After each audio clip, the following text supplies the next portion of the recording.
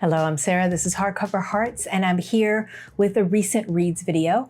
I'm not yet ready to kind of jump back into the same patterns that I had before with a week of reading, where I kind of summarize a full week and only encapsulate that time period, because work is still crazy. And so I'm reading in fits and starts.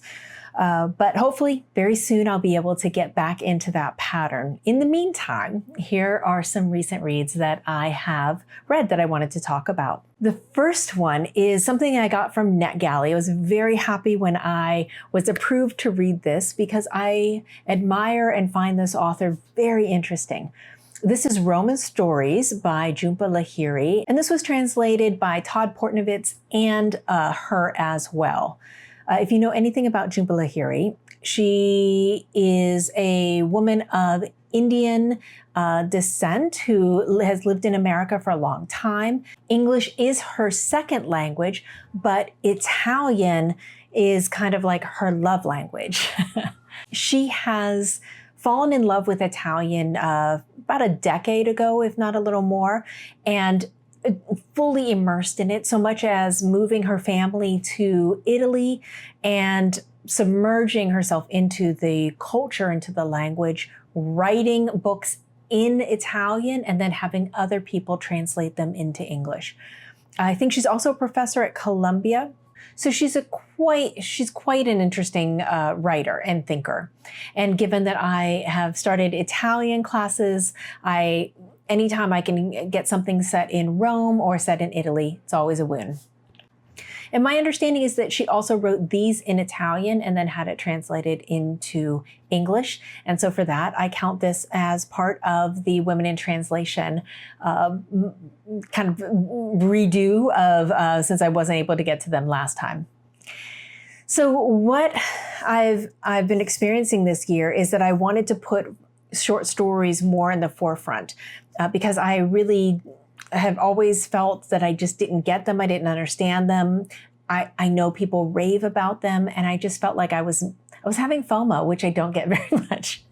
I usually don't care what other people do, but in this case, when it comes to books and literature, I was like, what am I not getting? What am I missing out by not being open to short stories? And I do remember one of the very few short story collections that I've ever loved has been from her. So when I saw this and saw Rome, her name, and short stories, I said, okay, now's the time to jump back in. And I'm glad I did, because what I get a sense of from her is that she really evokes place very quickly and leads with true motivation and character. And so you really get a feel for who you're with and where they are in the world, where they are in their life, what they're going through. And I just respect that. I need that in a short story. I need that grounding. Some of the stories were standalone and some were kind of linked together that formed kind of this chain that kind of moved in different characters. I found almost all of them evocative. Almost all of them said something to me. Almost all of them left me with a feeling like, oh, this is my kind of good short story. So I was quite pleased. In fact, I'm going to go out and see if I can find this used copy of this. I think it has already come out in the United States. And it also, for those of you who read the Shirley Hazard author series with me, also has vibes of Shirley Hazard in there as well, in evoking place and also character and motivation. So I was incredibly pleased to read this collection. Then the second thing that I was able to get my hands on from NetGalley is also an author that I've been following and read many of her works. And she does something very interesting. The author is Emma Donahue. The book is Lessons by Heart. And what Emma Donahue has been doing has been really kind of starting off from a historical fiction point of view. So she picks one point in time, and then she centers lesbian love stories. She centers lesbian characters in that place. I love it. I think that's fantastic. I really do like historical fiction, and I think that she brings a literary sense to what she's presenting. and the work and how she approaches the material, but there's also this beautiful intersection of romance, but it's heartfelt and it's well constructed. And in this story, she's taken the true letters from the historical figure of Anne Lister. This is from 1805, when Anne Lister was like a teenager and sent to a boarding school. And there at this boarding school, she met Eliza. And Eliza is kind of an outcast and kind of kept apart. She is of a British father and an Indian mother, but she's an heiress and she's supposed to come into a significant amount of money. So Eliza's been staying, had her own room at this boarding school, and she thought it was because of her heiressness, but it turned out it was to kind of keep her separated. Well, Anne comes with her own pedigree, including a wild spirit, a very bold nature, kind of anti-authoritarian and very eloquent, very charismatic. And she also comes from a family that is very powerful, but she's not part of that because she's the daughter. They are put together in this room and form a very, very strong attachment and fall in love. So it is your boarding school love affair with a famous character and some class and race issues, as well as obviously lesbian love. So I thought this was another very strong contribution from Emma Donahue, and I'll always look forward to reading other works by her. Then for Shorty September, I wanted to get to this, and this is one of the ones I started. This is really short. I mean, it may not even count for Shorty September. I will look to you, Sean, Bert, and Heather, to let me know if it qualifies. But this definitely fit for Women in Translation, second month of doing it. This is I Will Write to Avenge My People by Annie Ernaux. And she won the Nobel Prize in Literature this last year. And this is part of her speech that she gave when she accepted the award. I love it. I thought it was fantastic. I should mention this was translated by, I think, Allison L. Strayer and Sophie Lewis. So this is actually broken into, there's the I Will Write to Avenge My People, which is kind of her manifesto, and then the actual Nobel banquet speech. So this has both of those kind of bound up together. And so I think that's why there's two different translators. For me, this was fantastic. It helped you understand how she found her very unique voice.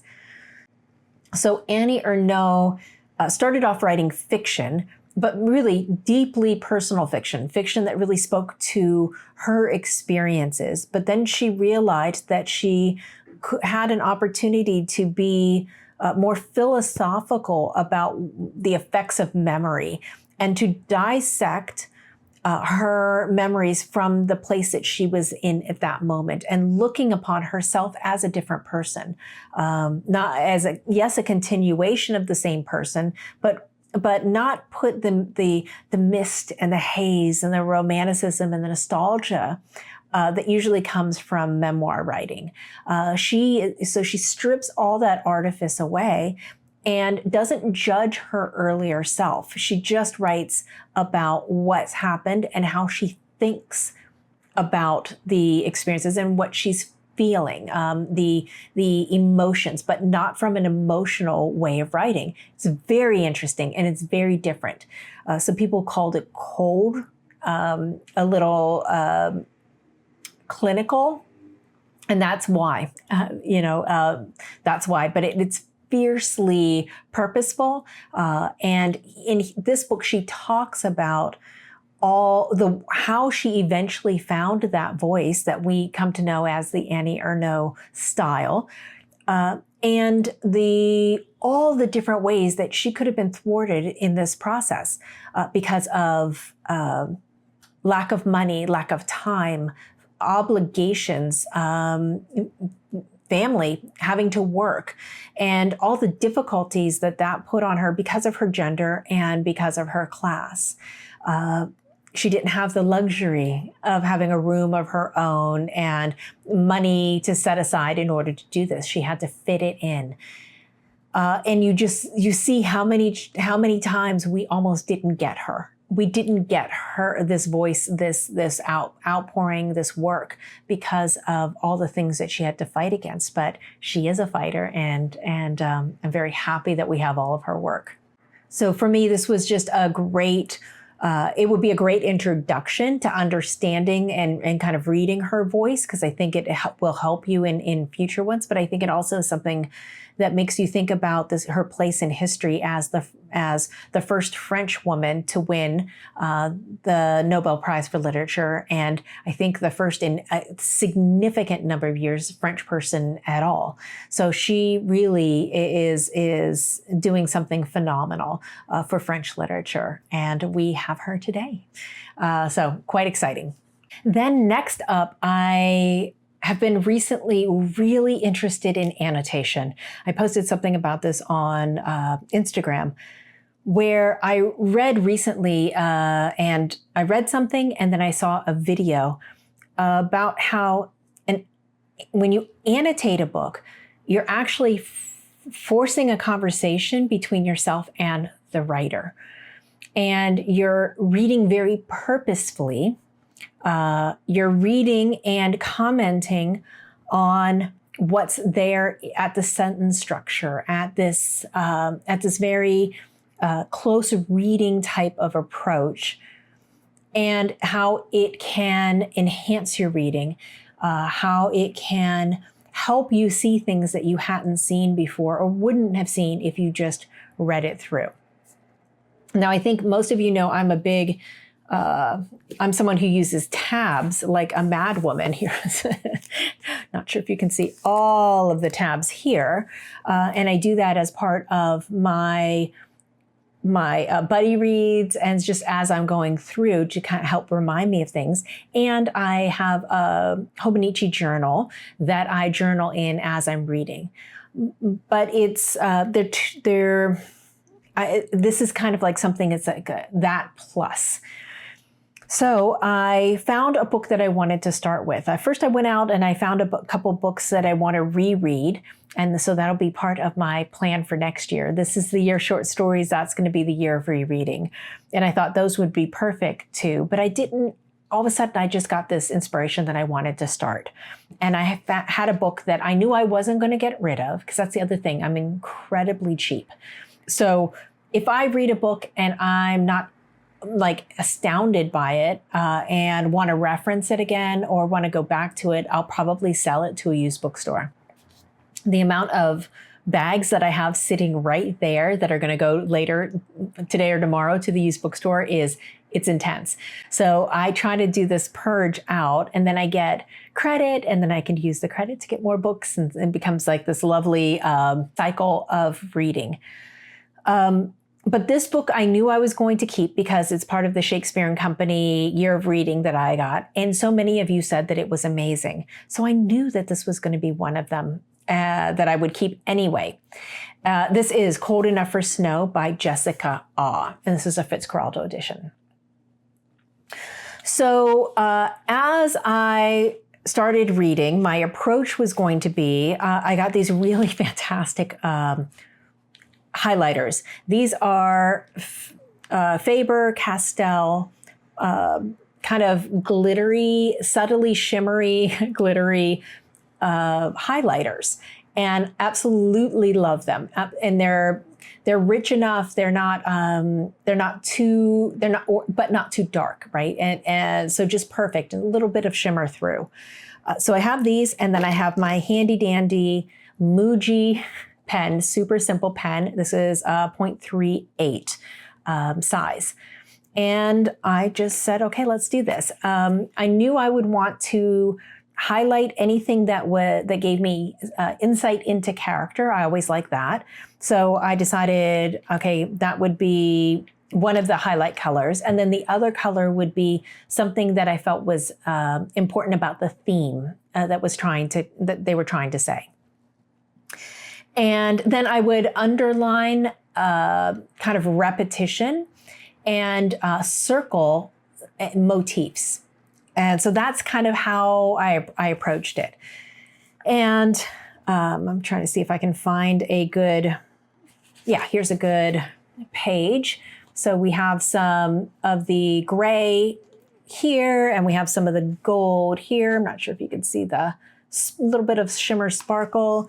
I've circled some things because emotion played very heavily in this book, and I've underlined others as water was a motif that's used over and over and over. And I really do believe that my understanding and comprehension and engagement with this book was much more because I was writing in it. I wasn't just making a tab and then hoping that I would catch up later on it as I put my notes in, but I was fully engaged. So let me tell you a little bit about the story. So this is a story of a daughter and a mother relationship. They're both adults. The daughter has asked the mother to come with her on a trip to Japan, and the mother, while not enthusiastic, eventually was kind of worn down and agreed. The reason the daughter wants to do this is she feels that Japan is a place that she's been to before, but the mother has not. And she wants to show her certain things, but she also wants to get to know her mother a little more. And she knows that an Asian country that her mother doesn't have a lot of experience with might offer that opportunity. There is a lot of beautiful writing in this. And we get a lot of sense of missed signals, missed opportunities, misfiring, miscommunication, missed expectations. The mother lives in the present, and the daughter really is trying to unlock something. She thinks that there's like this puzzle that she can solve, but she doesn't know how to voice it. She doesn't know how to ask for it. And there have been some times in her past where she's asked for it and it hasn't manifested. Her mother has rebuffed her. Her mother doesn't remember. Her mother remembers it differently than she's heard it before. So memory plays a huge part in this, as well as just this desire to know someone, and sometimes how that gets in the way of simply being present with them and enjoying those opportunities. I found the daughter character very frustrating, but I could empathize at the same time. I found the relationship frustrating, but I could also empathize at the same time. So I thought this was beautiful. I think I may mention that I want to go to Japan hopefully next year. So I'm very happy that I read this, and it definitely gave me a sense of some of the beauty of Japan that I hadn't considered. And yeah, it was great. And I'm delighted that my first annotation experiment turned out so well, and I chose such a good book to do it with. Now, the last book that I want to kind of talk about today is, ironically, the foreword was by Jhumpa Lahiri, and this is The Forbidden Notebook by Alba de Cespedes, translated by Anne Goldstein, who translated the Elena Ferrante, a lot of Elena Ferrante's novels. So this is wonderful. This is a very slow book. It's a slowly dawning realization type of book. This was originally a serialized story, and it became a phenomenon in Italy. And it's the story of this woman. She's a wife, a mother, and she's also a worker in a office. One day she's out running some errands, and she stops at the tobacconist to get some things, and she had seen a notebook for sale, a blank notebook. And she was curious and wanted to buy it, just completely completely on the spur of the moment. And she was told by the tobacconist that he's not allowed to sell it to her. And that kind of got her ire up. And so she said, no, I want to buy it, and kind of forces him into selling it to her. And this is right after World War II. And it is, once she has this book, now she has a secret.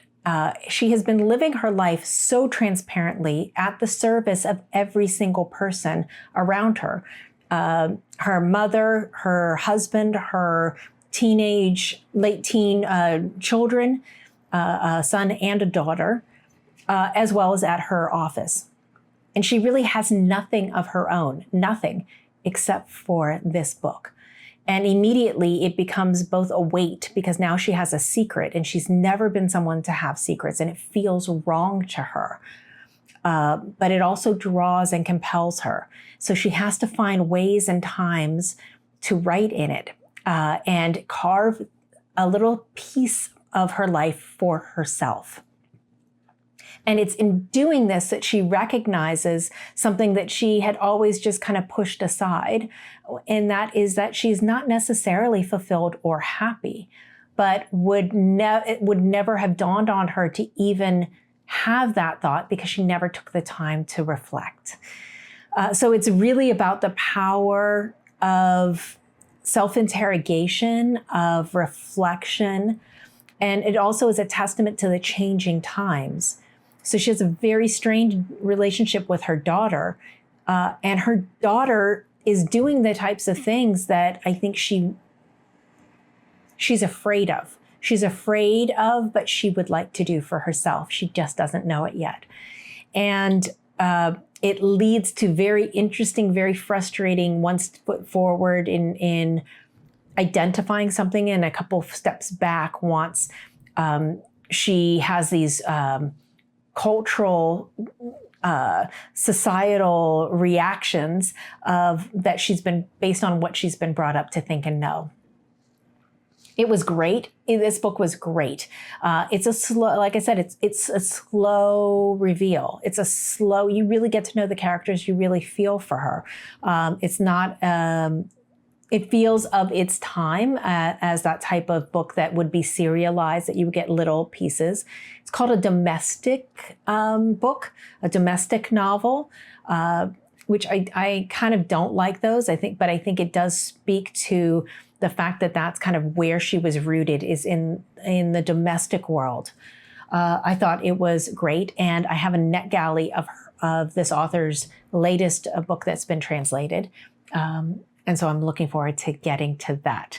It is not going to be something for Shorty September, which is, this one did fit. I think it barely fit. Let's see. Yeah, 250. I mean, 259. I'm gonna take it. So yeah, I loved it. I thought it was great. Okay, so that's what I've read and completed. I owe a wrap up on this book. This is the latest in the Emile Zola Rougon-Macquart series that I'm reading with Leo of Leo's Little Book Life. And this was the Conquest of Plassans. This book was fantastic. I'll do a full wrap up next week. So I owe you on that one. And then let me show you what I'm currently reading. So because Leo and I finished that, we've immediately dove into the next of the series. This is The Sin of Abbé Mouret by Emile Zola. This is translated by Valerie Minogue. And this is, I think, the 5th book in the series. And so I'll talk, I'll kind of do where this one ended and where we're picking up here next week.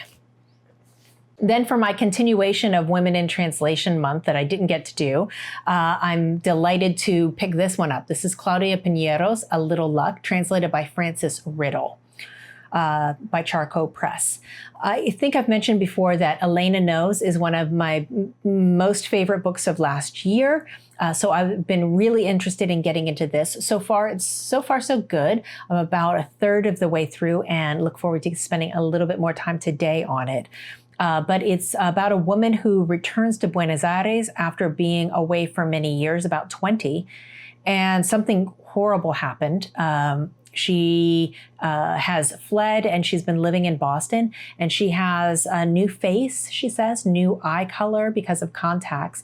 So she's come back for a work job, and she's wholly unrecognizable but she's literally in her same part of town, in her same neighborhood, and seeing people that she used to know. So we don't yet know what happened to make her leave and or get all of this facial reconstruction. So a mystery is afoot here. So good so far. And then this is a book that, oh my, I'm reading, as I mentioned, I did the Shirley Hazard group read where we read all of Shirley Hazard's work earlier this year, and we switched to Helen DeWitt. And we read The Last Samurai last month, and we switched to her other novel. This is Lightning Rods by Helen DeWitt. I'm here to tell you, I almost bailed at my own party. It's like inviting people to, and then just not, and then just sitting it out. But the brilliance of this group pulled me back in. This is a satire, and I am not somebody who likes satire at all. It makes me uncomfortable. I just don't like it. I find that it pushes the boundaries too far, in my opinion, and I get why. I get all that, but it makes me so uncomfortable. I don't enjoy the experience. This is a satire, but this is also so provocative, so shocking. It's taking the idea of sexual harassment in the workplace to the furthest extremes, crude, vulgar, wild, shocking, which is what satire does. But let me just say that my eyes, I'm very shocked by very little, but my eyes practically popped out a couple times when I was reading the first section.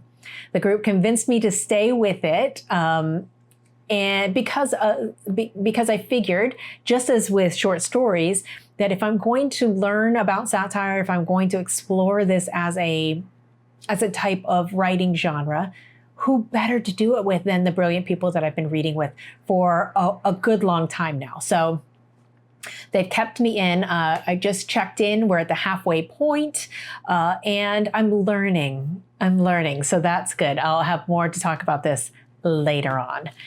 And then lastly, I also picked up a book from my library. This is something, it's going in a completely different tone than I expected. I've seen this book for ages and never read it. This is Good Behavior by Molly Keene. Now, I was expecting something much frothier, much lighter, just kind of this, just a lighter comedy of manners kind of thing. And this went real dark, real fast. Real fast. So I'm interested in continuing on and seeing where this is going to go, because it is, so two really big surprises with Lightning Rods as well as Good Behavior. Really curious. Hope your reading has been going well. I would love to know if you've been reading anything for Shorty September and or Spinster September. Want to thank Nora from Pear Jelly on Instagram, as well as I mentioned Heather from Soggy Expat Book Nerd, as well as Sean and Bert from Past Story Time for hosting these great reading challenges for this month. And I would love to know, have you read any of these? What are your thoughts? And I hope you have a great reading week ahead of you. Thanks for watching. Bye.